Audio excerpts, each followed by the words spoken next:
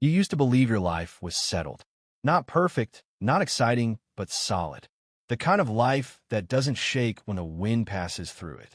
You woke up every morning with the quiet confidence that nothing was about to fall apart. That belief didn't come from grand promises or loud affection. It came from silence, from routine, from the feeling that nothing bad happens when everything looks calm. You trusted the quiet between you and her. You thought silence meant peace. You thought it meant loyalty. You mistook the absence of questions for the presence of truth. When she didn't explain herself, you told yourself she didn't need to. When she grew distant, you convinced yourself it was just life getting busy. You believed love didn't need constant checking because real love was supposed to feel safe. Your days followed a pattern that felt reassuring. Same mornings, same small habits, the way she moved through the house, the way conversations stayed shallow but comfortable. You held on to those details like proof that everything was fine. Stability became your shield. As long as nothing exploded, you assumed nothing was breaking. Your closest friend used to joke about how lucky you were. He'd laugh, shake his head, tell you that you'd won the lottery of life. And you smiled every time because you believed it too. You took pride in being the man with no chaos, no drama, no storms. You wore that identity quietly, like armor you never thought you needed to test. Then there was her sister. The cold smiles, the looks that lingered half a second too long. You noticed them, but you never followed the thought to its end. You told yourself you were overthinking. You told yourself not everyone needs to like you. Deep down, something fell off, but you buried it under your need for peace. Because the truth is, you were afraid of conflict. You avoided hard questions not because you trusted completely, but because you were scared of what the answers might take from you. You didn't want to risk the life you thought you had built. So you chose comfort over clarity, silence over truth, stability over honesty. You ignored the tiny cracks, the moments that didn't add up, the instincts that whispered instead of screamed. Love didn't blind you suddenly. It softened you slowly. It taught you how to look away without realizing you were doing it. You weren't weak. You were human. You wanted things to stay the same because you thought the same meant safe. What you didn't know was that this calm wasn't peace. It was a pause, a quiet moment before impact. You were standing at the edge of something that would change you forever, smiling at a horizon you never thought to question. This chapter of your life feels gentle when you look back, but that's the irony. The calm wasn't protecting you. It was preparing you, because soon you would learn that avoiding the truth doesn't stop it from existing. It only delays the moment it steps into your life and demands to be seen. And when that moment comes, you won't just lose what you thought was yours. You'll lose the version of yourself who believed silence was safety. You didn't wake up that day expecting your life to change. It started like any other morning, ordinary enough to feel safe. And that's why it hits so hard. Because the moment that cracked everything didn't arrive loudly. It arrived quietly, pretending to be nothing. It was something small, too small to accuse. A misplaced phone, a screen lighting up and then going dark too fast. A pause in her voice that didn't belong there. You noticed it, and for a second your mind tried to move on. But your body didn't. Your chest tightened in a way you couldn't explain. Not pain, not fear, something heavier, something cold. You told yourself it was stress. You told yourself you were tired. You try to laugh it off inside your head, because that's what you've always done when something feels uncomfortable. You don't confront it. You smooth it over. You move forward and hope the feeling fades. But it didn't fade. It followed you through the day like a shadow you couldn't outrun. Every time you thought about it, your stomach dropped. Every time you looked at her, something felt slightly misaligned, like a picture frame hanging crooked on the wall. You couldn't stop noticing the gaps between her words, the way she avoided your eyes just enough to make you question yourself. When you finally asked her, you didn't accuse. You didn't raise your voice. You chose your words carefully, almost apologetically, as if you were the one doing something wrong. You asked gently, because you were still protecting the image of the life you believed in. And she didn't get angry. She didn't deny it strongly. She didn't fight back. She went quiet. That silence landed harder than any confession could have. It sat between you, thick and unmoving. No explanation, no reassurance, just emptiness where clarity should have been. In that moment, you felt something break, not loudly, but deep inside. Because silence doesn't defend innocence. Silence creates space for fear to grow. Later, without meaning to, someone else added weight to the doubt. A coworker, a mutual acquaintance, someone with no agenda, no drama in their voice. They mentioned something casually, a name, a situation, a comment that didn't seem important to them at all. But to you, it felt like gasoline on a fire you were pretending didn't exist. You smiled. You nodded. You acted normal. Inside, your thoughts started turning dark. Not dramatic, relentless. You replayed moments you had dismissed before. Late replies, changed routines, stories that never quite lined up, things you had ignored because believing was easier than knowing. Now, those memories came back sharper, heavier, refusing to stay buried. Your chest felt tight all the time. Breathing felt manual. Sleep stopped feeling restful. Even when nothing was happening, your body stayed on edge, as if it already knew the truth your mind was still fighting. And yet, you kept telling yourself you were overthinking. You begged your own instincts to calm down. You didn't want to be the suspicious one. You didn't want to be wrong. You didn't want to destroy something real over a feeling you couldn't prove. So you stood there, caught between what you felt and what you desperately wanted to believe. You sensed that something was wrong, deeply wrong, but you weren't ready to let go of the life you thought was yours. This was the day everything shifted, even if nothing had officially broken yet. The ground beneath you hadn't collapsed, but it had cracked. And once that happens, no amount of pretending can make it solid again. You didn't know it then, but the calm was gone forever. All that remained was the waiting. Truth doesn't come the way you imagine it. It doesn't sit you down. It doesn't soften its voice. It doesn't care how much you trusted or how carefully you built your life. When it arrives, it does not knock. It breaks in. You didn't uncover it through a confession. There were no tears, no shaking voice, no apology that tried to sound sincere. What you found was colder than that. Evidence doesn't hesitate. It doesn't explain itself. It just exists. A message that wasn't meant for you. A photo that erased every excuse you had made. Words you overheard that didn't know you were listening. Your hand started shaking before your mind caught up. You stared at the screen, then away from it, then back again, as if looking twice might change what was there. Your thoughts raced, colliding into each other, refusing to settle. You tried to slow your breathing, but your body didn't care what you wanted. It reacted before you could think. In that moment, something deeper than heartbreak happened. Your sense of who you were began to collapse. You weren't just losing her. You were losing the man who believed in her. The man who trusted his instincts to stay quiet.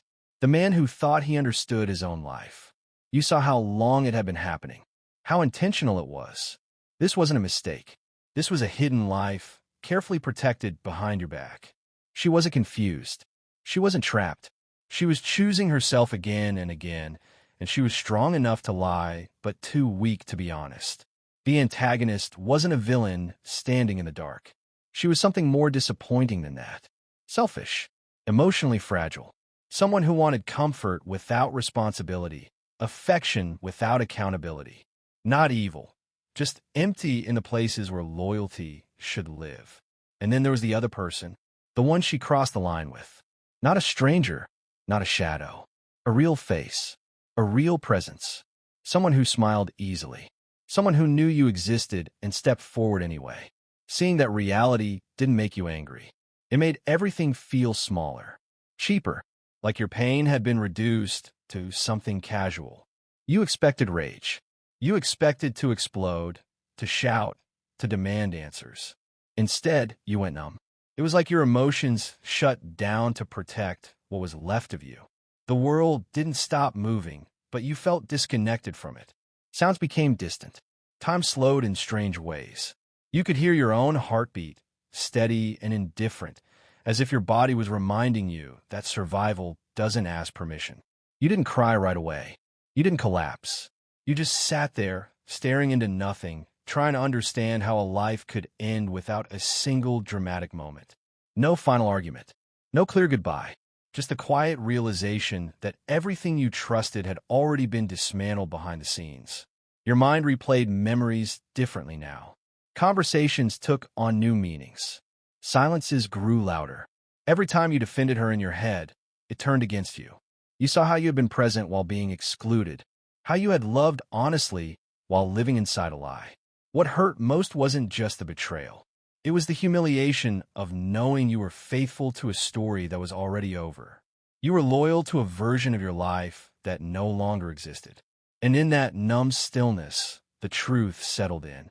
Not as pain, but as certainty. Your old life was gone. Not about to end. Not damaged. Finished.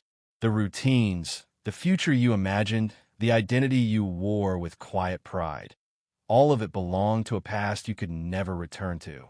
You were standing in the aftermath before the grief arrived. Truth didn't arrive gently. It arrived to strip you of illusion. And even though you didn't understand it yet, this was the moment everything irreversible began. Love doesn't disappear all at once. It fades into something heavier, something quieter. Loss doesn't always scream. Sometimes it just sits with you, breathing the same air, refusing to leave. When you finally confront her, the room feels smaller than it ever has. You don't come in angry. You don't come in demanding. You come in tired, carrying proof you wish you didn't have, carrying questions you already know the answers to. Your voice stays steady, but inside, everything is breaking.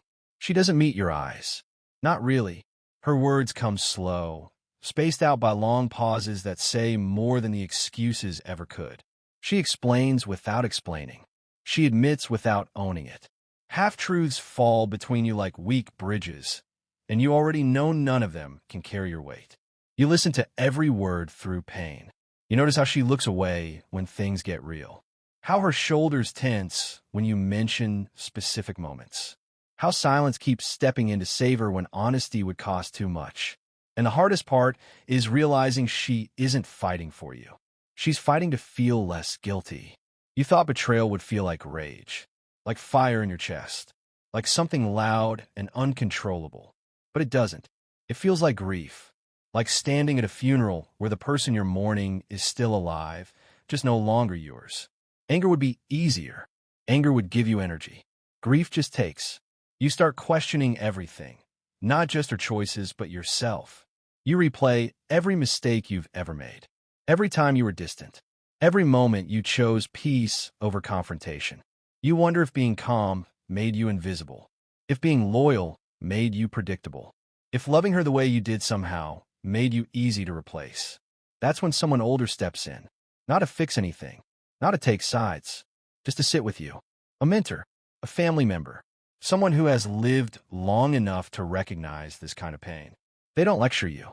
They don't tell you what to do next. They just listen. And when they finally speak, their words are quiet. They tell you that betrayal says more about the person who committed it than the one who endured it. They remind you that loving deeply is not a weakness, even when it's met with dishonesty. There's no judgment in their voice, only understanding. Still, doubt clings to you. You look at yourself through the lens of rejection and start to shrink. Your confidence erodes. Your sense of worth feels negotiable now, like something that could be taken away if you weren't enough. You hate that part of yourself, the part that wants to beg for clarity, the part that still hopes love might somehow fix what lies destroyed. But as the conversation drags on, something becomes painfully clear. Love isn't the problem. Love didn't fail. Truth did. Integrity did. Respect did. And no amount of love can rebuild a foundation that was never honest to begin with. You realize you've been carrying this relationship alone for longer than you admitted. You were loyal to the idea of us while she was quietly rewriting the story. And that realization hurts more than the betrayal itself. Because it means the ending didn't start today. It started the moment honesty stopped being mutual. By the time the room goes quiet again, you're exhausted. Not just emotionally, but spiritually. You feel emptied out. And yet, beneath the heartbreak, something solid begins to form. A painful understanding. A truth you can no longer avoid. Love alone cannot save something built on lies. You don't feel strong yet. You don't feel free. But you feel awake. And for the first time since everything fell apart, You stop blaming yourself for someone else's choices. The loss is real. The grief is heavy. But deep down, you know this ending isn't your failure. It's the moment you stop trying to hold together what was already broken. There comes a moment after the damage is done where the pain stops screaming and starts asking questions. This is that moment. The one where you realize no one is coming to save you. The one where you're forced to decide what kind of person you'll be after everything you believed in fell apart. You stand at crossroads, even if you don't call it that yet. One path is revenge. You imagine it clearly. The confrontations you never had. The words you wish you'd said. You picture justice arriving late, but loud, finally restoring some balance. For a moment, it feels powerful. Then it fades, and what's left is emptiness. No relief. No healing. Just more damage waiting to happen. Another path is silence. You disappear quietly. You swallow everything and pretend you're fine. You let time pass and hope it dulls the pain. But deep down, you know what that path leads to. Resentment. Bitterness. A slow kind of self-erasure where you survive, but you don't live. The third path is darker. Self-destruction disguised as coping. You numb yourself. You distract yourself. You let the pain turn inward until it starts changing who you are. That option scares you the most, because part of you knows how easy it would be to fall into it. You sit with these choices longer than you want to admit. You replay scenarios. You argue with yourself late at night. You wonder which one hurts less. And then, without ceremony, without anyone applauding, you make a decision. You choose yourself, not in a dramatic way, not with speeches or declarations. You choose yourself quietly, firmly. You decide that you will not beg for understanding from people who chose to misunderstand you. You decide that access to you is no longer automatic. You begin pulling back from her, from the conversations, from the shared spaces that keep reopening the wound.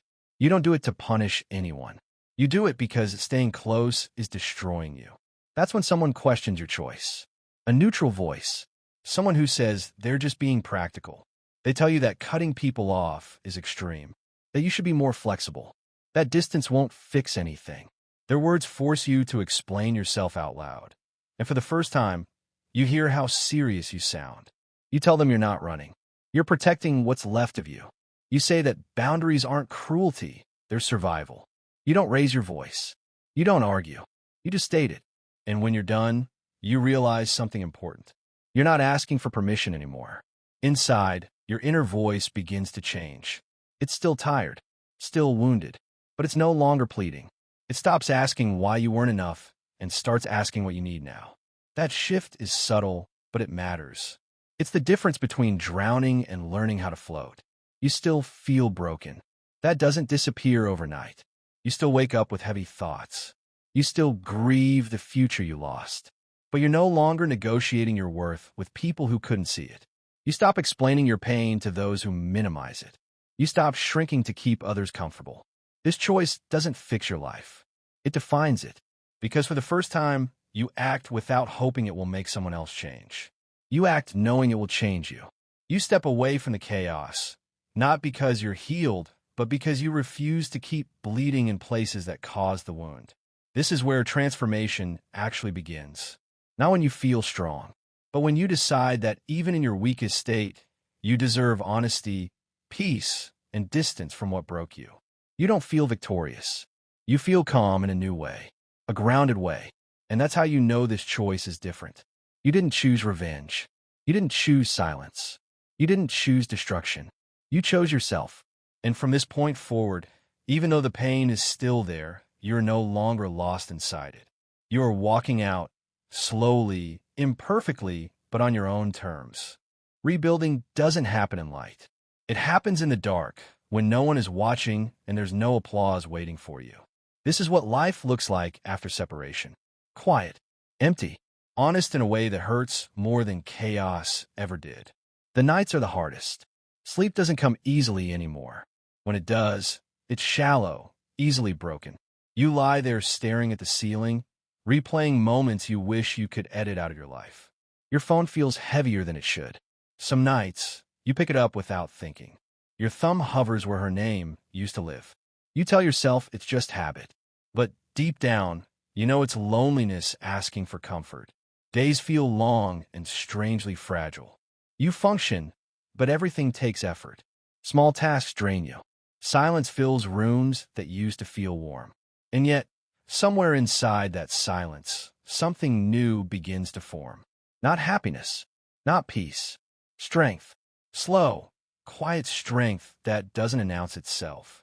You relapse emotionally more than once. You almost reach out. You almost ask how she's doing, not because you need answers, but because familiarity feels safer than the unknown. Each time, you stop yourself just in time. Not because it doesn't hurt, but because you remember how much it hurt to stay. Then someone new enters your life. Not as a rescue, not as a replacement, just presence. Someone honest, grounded. They don't try to fix you. They don't dramatize your pain. They listen without leaning forward, without looking for an opening. Their calm becomes a mirror, showing you how loud your inner world has been. Conversations with them feel different. There's no guessing, no reading between lines. What they say is what they mean. And slowly, that contrast starts teaching you something. You realize how used you were to uncertainty, how you learned to survive on half answers and emotional distance, how silence once felt normal because you were afraid of what honesty might take from you. You begin reflecting, not to punish yourself, but to understand. You see the patterns clearly now. You tolerated silence because you feared being alone. You avoided conflict because you thought peace meant safety. You learned to shrink your needs so the relationship could breathe, not realizing you were the one suffocating. That realization doesn't crush you. It steadies you. The pain is still there. It shows up when you least expect it. In songs, in routines, in moments where you instinctively want to share something and remember there's no one on the other end anymore. But the pain no longer commands you. It visits, it lingers, and then it leaves. You don't chase it. You don't fight it. You let it pass. This is survival. Not the kind that looks impressive. The kind that's built on discipline. On choosing not to reopen wounds. On learning how to sit with discomfort without trying to escape it. You start setting rules for yourself. Not out of punishment, but protection. You stop checking things you know will hurt you. You stop rehearsing conversations that will never happen. And something unexpected happens. You begin trusting yourself again. Not your instincts about others, but your instinct about your own limits. You learn that being alone doesn't mean being abandoned. It means being unburdened by noise that was never meant to be permanent. You don't feel healed. You don't feel complete, but you feel present, grounded in reality instead of memory. You start respecting the version of yourself that stayed, endured, and didn't collapse when everything fell apart. Rebuilding in the dark isn't about becoming someone new overnight. It's about refusing to disappear. It's about learning how to stand quietly in your own life without needing to be seen or validated. You're not chasing happiness. You're building stability. And that matters more right now. You're still carrying scars, but they no longer define your direction. They remind you of what you survived. And as you move forward, slowly, carefully, you realize something important. The darkness didn't break you. It taught you how to live without depending on someone else to hold you together. Karma doesn't announce itself. It doesn't ask for witnesses, and it doesn't care whether you're watching. It moves quietly, on its own timeline, long after emotions have cooled and distance has settled in. You don't find out what happens to her because you're looking for it.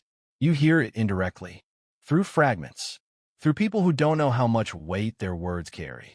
A sentence here, a pause there, enough to paint a picture without filling in every detail. Things didn't turn out the way she expected. The life she thought she was building didn't hold. The excitement faded faster than she planned for. You don't feel satisfaction. You don't feel joy. There's no smile waiting in your chest. What you feel is balance. Not the sharp kind that comes with revenge.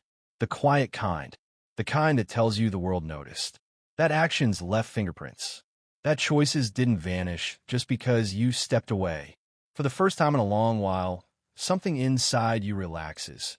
Not because she's hurting, but because reality finally caught up. You realize something important in these moments. Karma isn't punishment. It's clarity.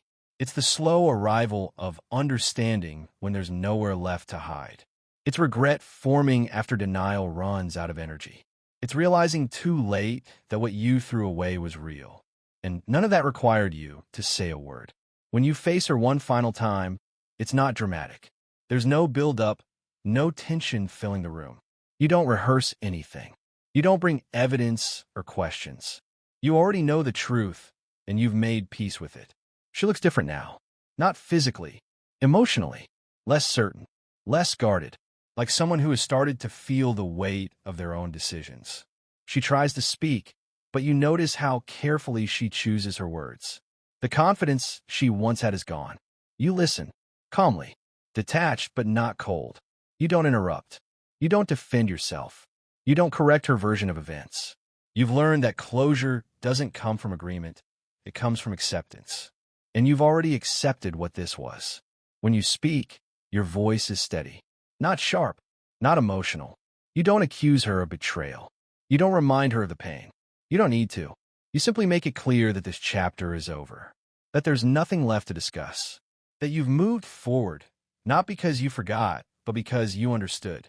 You see it then, the realization in her eyes, the moment she recognizes that access to you is gone, not taken away in anger, but released with intention.